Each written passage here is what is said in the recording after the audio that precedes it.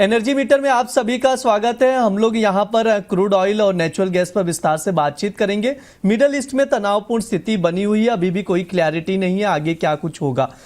इसके अलावा आप लोगों को बता दूं कुछ और भी अपडेट है, जैसे रविवार को यहाँ पर बैठक होनी है ओपेक प्लस देशों की, तो वहां से क्या कुछ निकल कर आता है, क्या डिसीजन लिया जाता है। इसके अलावा सऊदी अरब ने नौसैनिक गठबंधन बनाने का प्रस्ताव रखा है। रेड सी होर्मुज में हो रहे जो हमलों से बचाव के लिए ये कदम उठाया गया है। इस पर भी हम लोग राय लेंगे। हमारे साथ ऑलरेडी बने हुए हैं अंकित सर और सुगंधा मैम, जिनसे हम लोग चर्चा करेंगे। लेकिन एक बार प्राइजेस पर नजर डाल लेते हैं, अभी क्या चल रहा है। आप देख सकते हैं घरेलू बाजार और विदेशी बाजार में यहाँ से प्राइजेस थोड़े से टूटे हैं। ब्रेंट $87 पर नजर आ रहा है, 1.5% से ज्यादा की गिरावट है। WTI क्रूड में भी 1.5% से ज्यादा की गिरावट है। घरेलू बाजार में भी हम लोग प्राइजेस टूटते हुए देख रहे हैं। सबसे पहले अंकित सर आपसे राय लेना चाहूंगा, क्रूड ऑयल को लेकर क्या व्यू है आपके, जिस तरह से प्राइजेस में गिरावट देखने को मिल रही है, कहीं कोई अपॉर्चुनिटी दिख रही है, उसके फंडामेंटल्स कैसे देख रहे हैं? मिडल ईस्ट अपडेट या रविवार को जो ओपेक की बैठक होनी है, ये सब कितने इंपॉर्टेंट रहने वाले हैं?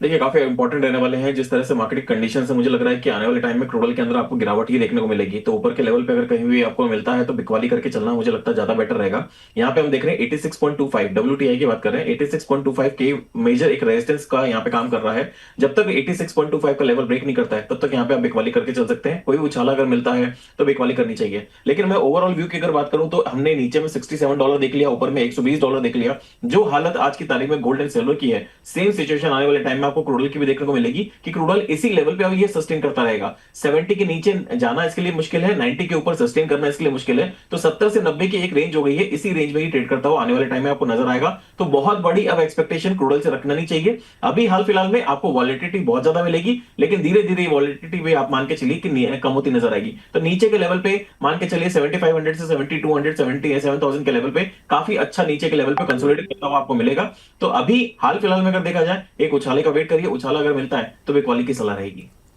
ठीक है, ये सर की राय निकल कर आ रही क्रूड ऑयल को लेकर। यहाँ पर ऊपरी स्तरों से बिकवाली करके चल सकते, सेल ऑन राइस अगर उछाल आता है तो। मैम आपका क्या नजरिया है, क्रूड के मार्केट को कैसे देख रहे हैं आप? तो ब्रिजी देखिए तो जिस तरीके से जियोपॉलिटिकल टेंशंस बढ़ती हुई नजर आई, रेड सी को की भी देखें तो डिस्ट्रप्शन बढ़ती हुई नजर आई है, और स्ट्राइक्स अभी भी नहीं रुक रही हैं। तो ये सारे फैक्टर्स हैं जिसकी वजह से क्रूड ऑयल के प्राइसेस में अगर हम देखें इस महीने हमने 20% तक के गेन्स आते हुए देखे। बट वहीं देखें तो OPEC is likely to increase production, जैसा उन्होंने पिछले 2 महीने में किया। इसकी वजह से प्राइसेस में हम कुछ हद तक दबाव आते हुए देख सकते हैं। इसके साथ साथ जैसे आपने भी बात की, सऊदी अरेबिया ने 43 कंट्रीज के साथ एक मीटिंग ऑर्गेनाइज की है, जहां वो मैरीटाइम रूट की प्रोटेक्शन को लेके डिस्कशंस करने वाले हैं। इससे कुछ अगर रेजोल्यूशन निकलता है इसका, तो इसका क्रूड के प्राइसेस पे एक नेगेटिव इम्पैक्ट हम आते हुए देख सकते हैं। इसके साथ साथ देखें तो स्ट्रेट ऑफ हॉर्मुज को बाईपास करके काफी सारे शिप्स अभी भी उस एरिया से क्रॉस करते हुए नजर आ रहे हैं। इनफैक्ट 14 वेसल्स ने अभी रिसेंटली इजीली वहां से क्रॉस किया है। सो सप्लाई को लेके अभी कोई मेजर डिस्ट्रप्शन नहीं बनी हुई है। इसी वजह से हमने हायर लेवल से दोबारा से क्रूड के प्राइसेस में दबाव आते हुए देखा। अभी मेरा ऐसा मानना है, जैसे अंकित जी ने भी कहा, प्राइसेस कुछ हद तक कंसोलिडेट करते हुए नजर आएंगे। अभी यहाँ आपको ना बहुत तेजी देखने को मिलेगी और ना ही यहाँ कोई मेजर डाउनसाइड देखने को मिलेगी, अनलेस अगर हम देखें वॉर रिलेटेड कोई हेडलाइन निकल के आती है, कोई मेजर अपडेट निकल के आता है। बिकॉज मार्केट ने लार्जली इस बात को डिस्काउंट कर लिया है कि अभी ये जो टेंशंस है बनी रहेंगी, बट काफी सारी कंट्रीज वहां पर ऑल्टरनेटिव रूट्स को एक्सप्लोर करती हुई नजर आ रही है, पाइपलाइंस के थ्रू, एंड बहुत सारे अदर रूट्स को एक्सप्लोर किया जा रहा है, जिसकी वजह से सप्लाई अभी बहुत ज्यादा डिस्ट्रप्टेड नहीं। बट वहीं अगर हम स्ट्रिक्टली इंट्राडे सेशन की बात करते हैं तो मेरा ऐसा मानना है, इवन दो मैं भी अंकित जी के साथ अग्री करती हूँ कि ओवरऑल ट्रेंड अभी बहुत तेजी का नजर नहीं आ रहा। बट अगर हम इंट्राडे सेशन की सिर्फ बात करते हैं तो WTI क्रूड के लिए 78.5 एक इंपॉर्टेंट सपोर्ट की तरह इमर्ज होता हुआ नजर आ रहा है। डोमेस्टिक मार्केट में बात करें तो 7750 एक इंपॉर्टेंट सपोर्ट की तरह इमर्ज होता हुआ नजर आ रहा है। सो मेरा ऐसा मानना है यहाँ से एक बार के लिए बाइंग की जा सकती है, keeping strict stop losses of 77 on the down side, 7820 के आसपास बाइंग की जा सकती है। हाई साइड में आपके टारगेट्स रहेंगे 8050। हैविंग सेड 8250 के ऊपर जब तक प्राइसेस सस्टेन नहीं करते, बहुत तेजी भी क्रूड के प्राइसेस में देखने को नहीं मिलेगी। और अगर मैं एक मेजर लेवल की बात करूं जो अगले हफ्ते भी वर्क करता हुआ नजर आएगा, दैट इज 9050।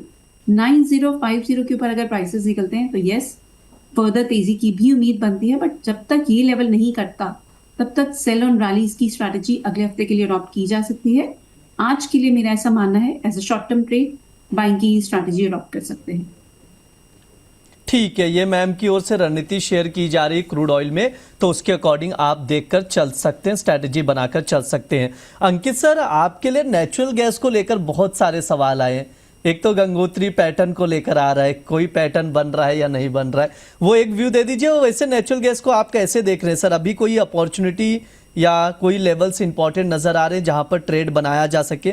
अगर अभी देखा जाए अगस्त वायदे में नेचुरल गैस तो 267 के करीब ट्रेड कर रहा है, 1% की रिकवरी है। थोड़ी सी रिकवरी टिकेगी या नहीं, ये भी सवाल बना हुआ है। सर, क्या किया जाए एनजी में?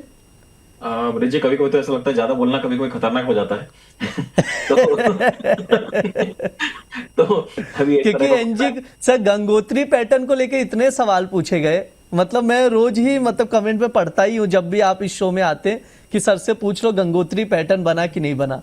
ऐसा देखिए, वो एक्चुअली किसी भी चीज में एक ही बार बनता है, और वो जब बनती है तो उसके टारगेट्स हमने 600 तक के दिए थे जब ये बना था। 230 पे बना था, ये 230 से लेकर 260 के बीच में बना था। उसके बाद में हमने देखा 600 तक के टारगेट उसने अचीव करे थे। तो ये चीजें वंस इन अ वाइल बनती है, रोज रोज नहीं बनती है। और जितने भी सुन रहे हैं मेरे को, प्लीज अगली बार मत पूछिएगा। बनेगा तो डेफिनेटली किसी भी कमोडिटी में बनेगा, तो मैं बताऊंगा। सिर्फ नेचुरल गैस में बनता है ऐसा जरूरी नहीं है, वो किसी भी कमोडिटी किसी भी स्टॉक में बन सकता है, तो ऐसा नहीं है। तो उस चीज को हम लोग नजर बिल्कुल रखते हैं। लेकिन अभी फिलहाल की अगर बात करें तो यहाँ पे ऐसी चीज कुछ भी नहीं बन रही है। लास्ट टाइम हमेशा जब ये 270 280 के आसपास चल रहा था, तभी मैंने एक ही चीज बोलती, नेचुरल गैस जब भी आपको 265 से 260 के बीच में मिले, बाय करिए। 230 का पोजिशनल स्टॉप लॉस रहेगा। आने वाले टाइम में 325 तक के टारगेट्स वापस देखने को मिलेंगे। सबसे बड़ा इसका रीजन एक ही है। देखिए, इसका सबसे बड़ा रीजन है ये इंट्राडे कॉल है। 262 से 260 के बीच में अगर मिलता है, बाय कर सकते हैं। इंट्राडे में 255 का स्टॉप लॉस है, 275 तक के टारगेट्स देखने को मिल सकते हैं। इसके पहले मैंने जो बात करी वो पोजिशनल बाय करी हुई थी। देखिए, क्रूड नेचुरल गैस की सबसे बढ़िया कहानी ये है कि इसका प्रोडक्शन ऑलरेडी ज्यादा है, लेकिन जैसे ये $2.5 के आसपास आ जाता है, 2.50 के आसपास जैसे आता है, वैसे प्रोडक्शन हॉल्ट होना चालू हो जाता है। क्योंकि वहां पे नुकसान जो है वो माइंस के अंदर जितने भी वो इन्वेंटरीज है, वहां पे नुकसान लगने लग जाता है। उसके लिए जो प्रोडक्शन है उसको हॉल्ट करने की कोशिश करी जाती है, इसलिए वापस से बाउंस कर देता है। तो this is the right level जहां पे मुझे लगता है कि आप खरीदारी कर सकते हैं। आने वाले टाइम में अच्छा खासा रिजल्ट देखने को मिलेगा। शॉर्ट टर्म में टारगेट दिया हुआ है मैंने 275 का। अगर आप थोड़ा सा पोजिशनल ट्रेड लेना चाहते हैं, 265 से 260 के बीच में बाय करिए। 230 का स्टॉप लॉस रहेगा। आने वाले टाइम में 325 तक के टारगेट देखने को मिलेंगे। ठीक है, ये अंकित सर की राय है। ट्रेडिंग कॉल स्क्रीन पर है, आप लोग नोट डाउन करके चल सकते हैं। 262 260 पर लॉन्ग करें, 275 के टारगेट के लिए 255 का स्टॉप लॉस लगाएं। सुगंधा मैम, आपकी तरफ से कोई कॉल बन रहा हो तो प्लीज सजेस्ट कीजिए। समय भी होने आया, शॉर्ट में ही रखिएगा प्लीज। तो ब्रिजी, मेरी भी नेशनल गैस में बाइंग की ही रिकमेंडेशन रहेगी। इन्वेंट्रीज में हमने डिक्लाइन आते हुए देखा है फॉर द लास्ट वीक, सो ये फैक्टर नेशनल गैस के प्राइसेस को सपोर्ट करता हुआ नजर आएगा। एंड 264 से 263 की रेंज में नेशनल गैस में बाइंग की जा सकती है। स्टॉप्स रहेंगे 257, टारगेट्स रहेंगे 275 तक के। ठीक है, ये मैम की तरफ से कॉल दिया जा रहा है नेचुरल गैस में, तो यहाँ पर बाय करके चलना है। मैम, एक बार लेवल्स वापस से रिपीट कर देंगे प्लीज। 264 के आसपास नेचुरल गैस में बाइंग की जा सकती है। स्टॉप्स रहेंगे 257, टारगेट्स रहेंगे 275। ठीक है, जो लेवल्स बताए जा रहे हैं उसके मेंटेन करना चाहूंगी। अगर नेचुरल गैस में 289 के ऊपर एक ब्रेकआउट हो जाता है तो एक अच्छी तेजी भी देखने को मिलेगी। पर जब तक 289 का लेवल नहीं करता, अभी अपने पोजीशन में आप 275 के आसपास प्रॉफिट बुक करके एग्जिट करें। 289 के ऊपर इसमें एक मेजर ब्रेकआउट की भी पॉसिबिलिटी बनती है। ठीक है, ये मैम की राय है यहाँ पर नेचुरल गैस में, तो उसके अकॉर्डिंग आप देखकर चल सकते हैं। अंकित सर, 30 सेकंड में एक सवाल का जवाब दे दीजिएगा। किशोर जी का एनजी को लेकर है, कह रहे हैं गुड आफ्टरनून अंकित सर, 125 लॉट एनजी के और 50 लॉट लॉस में कट गए। 75 लॉट जो है ₹3 के प्रीमियम पर अगस्त कॉन्ट्रैक्ट में ट्रांसफर कर लिया गया है। अब बताइए सर, एज इट इज बने रहे, क्या किया जाए? किशोर जी, आपसे सवाल पूछे बिना मानते नहीं है सर। अरे, ये तो इतना टिपिकल कर रखा है पूरा कि पूरा पूरा इसको घुमा दिया है इन्होंने। अभी जो आपके, मुझे पता है आपके कुछ लॉट्स हैं जो 275 के एवरेज में पड़े रखे हुए हैं। मुझे लगता है उसको आप होल्ड करिए। और मैंने आपको पहले भी बोला था कि आपको काटने की जरूरत नहीं है। आप नीचे के लेवल पे आया है, पैनिक करने की जरूरत नहीं है। 265 260 की रेंज मैंने आपको हमेशा बोली हुई थी कि वही रेंज है। लास्ट टाइम जितने भी आपने सेशन लिए, मैंने सब में यही बोला था 265 से 260 की रेंज में मिलेगा। पोजिशनल बाइंग करेंगे, 229 का स्टॉप लॉस लगाएंगे। मुझे लगता है कि अगर उस पोजिशन के हिसाब से आप अपनी पोजिशन बनाएंगे ज्यादा बेटर है। अभी भी मुझे लग रहा है कि एक अच्छा खासा उछाल देखने को मिल सकता है। ठीक है, ये सर की राय है। हमने ओवरऑल पूरे एनर्जी मार्केट पर चर्चा भी कर ली। अंकित सर, आप बने रहिए क्योंकि अब अगले सेगमेंट एग्री में हम लोग चर्चा करेंगे। सुगंधा मैम, आप प्लीज डिस्क्लेमर दे दीजिए। ब्रिजी मेरी पर्सनली M6 में कोई पोजीशन नहीं है। हमने यहाँ पर जो भी डिस्कशन किया that is only for knowledge and awareness purposes. आप कोई भी ट्रेडिंग या इन्वेस्टमेंट का डिसीजन लें, किसी भी सेबी रजिस्टर्ड रिसर्च एनालिस्ट से कंसल्ट करें या अपने इन्वेस्टमेंट एडवाइजर से कंसल्ट करें। Thank you so much. जी बहुत बहुत शुक्रिया मैम, समय देने के लिए, बातचीत करने के लिए बहुत बहुत धन्यवाद आपका।